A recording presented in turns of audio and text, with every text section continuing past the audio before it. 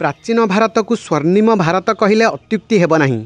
ज्ञान विज्ञान आध्यात्मिकतार चरम सोपान भारत को विदेशी माने बारंबार आक्रमण कर धन दौलत नेबा संगे संगे ज्ञान वृद्धि पाई ग्रंथगुड़ी को मध्य अपहरण करथिले। आपण जानती कि प्राचीन भारतर एही ज्ञानर धारा केउठारु प्रवाहित हेउतिला? ताहा हेउछि प्राचीन भारतर गुरुकुल। सेही गुरुकुल जी विश्व को सर्वप्रथमे हॉस्टेल रे रही पढ़िबा सिखाइथिला। सेही गुरुकुल जी श्रीराम श्रीकृष्ण पाणिनि पतंजलि चाणक्य चंद्रगुप्त आर्यभट्ट बराह मिहिरंक परी ज्ञानी सृष्टि करि पारिथिला, जेउ माने पूरा विश्व रे ज्ञान एवं अर्थनीति रे भारत को सर्वश्रेष्ठ करि पारिथिले। आजिर भिडियो रे आलोचना करिबा प्राचीन भारतर गुरुकुल किपरि थिला एवं सेठी किपरि शिक्षादान करा जाउथिला। जय पतितपावन जगन्नाथ, जय सनातन। आपण देखुछंती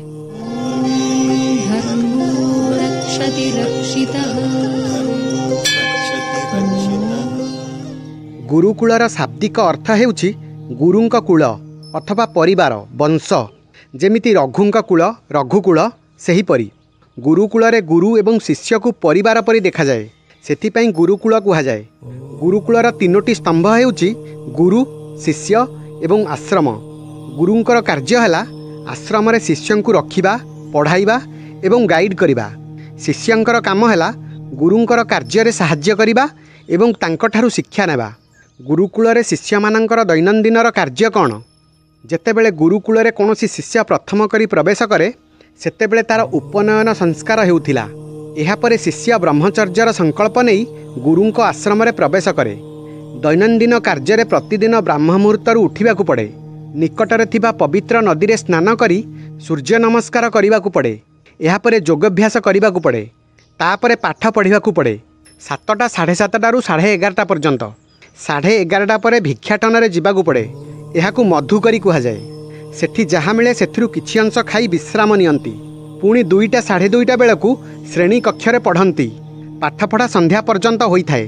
एहा परे संध्या वंदना करी शिष्य प्रसाद सेवन करे। भोजन समय रे समस्त शिष्य एकत्रित हुअंती एवं एहा परे शोइबाकू जांती। एही दिनचर्या समस्त शिष्य पालन करंती।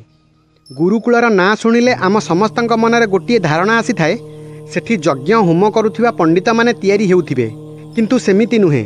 सेठी गणित ज्योतिर्विज्ञान ज्योतिष शास्त्र शिल्पकला संगीत भाषा चिकित्सा युद्धकला अर्थशास्त्र दर्शन एहीपरि 18 ରୁ 20ଟି विषय पढ़ा जाउथिला। एही समस्त विषय वेदरु अनुप्राणित। एहाकू उपवेद मध्य कुहाଯାଏ। प्रत्येक वेदरु शाखा बाहरी थाए। एहाकू उपवेद कुहाଯାଏ। जेपरि ऋग्वेदरु आयुर्वेद बाहरिछि, आयुर्वेदरु चिकित्सा पद्धति विकास होइछि, यजुर्वेदरु धनुर्वेद बाहरिछि, सेही उपवेदरु युद्धकला विकास करिछि। सामवेदरु गांधर्व वेद बाहरिछि, गंधर्व वेदरु समस्त संगीत कला विकसित होइछि। अथर्ववेदरु स्थापत्य उपवेद बाहरिछि। स्थापत्य उपवेदरे सेही समस्त ज्ञान रहिछि जहाद्वारा मानव जीवन परिमार्जित एवं विकसित हुए, जेपरि अर्थशास्त्र नागरिक विज्ञान राजनीति विज्ञान शिल्पकला इत्यादि। आयुर्वेद आयुर्वेद ऋग्वेदरु बाहरिछि। चिकित्सा क्षेत्र में चिकित्सा एवं प्रतिकार उभय शिक्षा दि जाउथिला। आयुर्वेदर पाठ्यपुस्तक देखिले सुश्रुत संहिता चरक संहिता भेला संहिता सांगधर संहिता इत्यादि पढ़ा जाउथिला। कालक्रमे नुआ नुआ पाठ्यपुस्तक एथिरे सामिल करागला। गांधर्व वेद सामवेदर उपवेद पाठ्यपुस्तक देखिले संगीत रत्नाकर नामक पुस्तक गुरुकुल रे पढ़ा जाउथिला। धनुर्वेद यजुर्वेदर उपवेद एथिर मुख्य पुस्तक है वशिष्ठ धनुर्वेद शिव धनुर्वेद नीति प्रकाशिका इत्यादि। अथर्ववेदरु स्थापत्य वेद आसीछि, जेउथिरे अर्थशास्त्र प्रभृति रहिछि। एथिरे सबुठु मुख्य पुस्तक चाणक्यंकर अर्थशास्त्र। एही पुस्तकरु कूटनीति राजनीति शासन करिवार कौशल एवं अर्थशास्त्र विषय पढ़ा जाउथिला। वेदांगरे 6टी विषय आसे। एहाकू 6टी अंग कुहाଯାଏ। एहा द्वारा वेदर रक्षा होइथाए। वेदर रक्षा अर्थात वेदर वास्तव रूप को रक्षा करिबा। वेद को प्रथमे मौखिक रूपे पढ़ा जाउथिला। जदि उच्चारणर व्यतिक्रम हेतु श्लोकर अर्थ भूल हो जाए एवं पीढ़ी पर पीढ़ी यही भूल बड़ हो जाए, तेबे वेदर स्वरूप बदली जीव। तेणु एहाकू पढ़ाइबा जरूरी थिला। एहा शिशु मानंकू पढ़ा जाउथिला। एही 6 अंग भितरु प्रथमे आसे शिक्षा।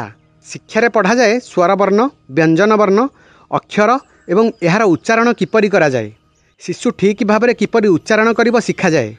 छंद छंदरे मात्रा काव्य किपरि लेखा जाए ଏହି ସବୁ ଶିଖାଯାଏ। ଏହାପରେ ବ୍ୟାକରଣ, ଏଥିରେ ସଂସ୍କୃତ ବ୍ୟାକରଣ ଶିଖାଯାଏ। ବାକ୍ୟ ଶୁଦ୍ଧ କରି କିପରି ଲେଖାଯାଏ, ସନ୍ଧି କ'ଣ, ସୂତ୍ର କିପରି ଲେଖାଯାଏ, ଏହି ସବୁ ଶିକ୍ଷା ଦିଆଯାଏ। ବ୍ୟାକରଣରେ ମୁଖ୍ୟ ପୁସ୍ତକ ଥିଲା ପାଣିନିଙ୍କର ଅଷ୍ଟାଧ୍ୟାୟୀ। ଚତୁର୍ଥ ନିରୁକ୍ତ, ଏଥିରେ ଶବ୍ଦର ବ୍ୟୁତ୍ପତ୍ତି କିପରି ହୁଏ ଶିକ୍ଷା ଦିଆଯାଏ। ଅର୍ଥାତ୍ କୌଣସି ଶବ୍ଦର ଅର୍ଥ ଯାହା ହୁଏ ତାହା କାହିଁକି ସେଇଆ ହୁଏ ସେହି କଥା ଶିକ୍ଷା ଦିଆଯାଏ। ପଞ୍ଚମ କଳ୍ପ, ବେଦରେ ଥିବା କର୍ମକାଣ୍ଡ ଶୁଦ୍ଧ ରୂପରେ କିପରି କରାଯାଏ ତାହା ଅଭ୍ୟାସ କରାଯାଏ। ଷଷ୍ଠ ଜ୍ୟୋତିଷ, ଏଥିରେ ଜ୍ୟୋତିର୍ବିଜ୍ଞାନ ସମ୍ପର୍କରେ ଶିକ୍ଷା ଦିଆଯାଏ। ଏହି 6 ଅଙ୍ଗ ବେଦକୁ ରକ୍ଷା କରିଥାନ୍ତି।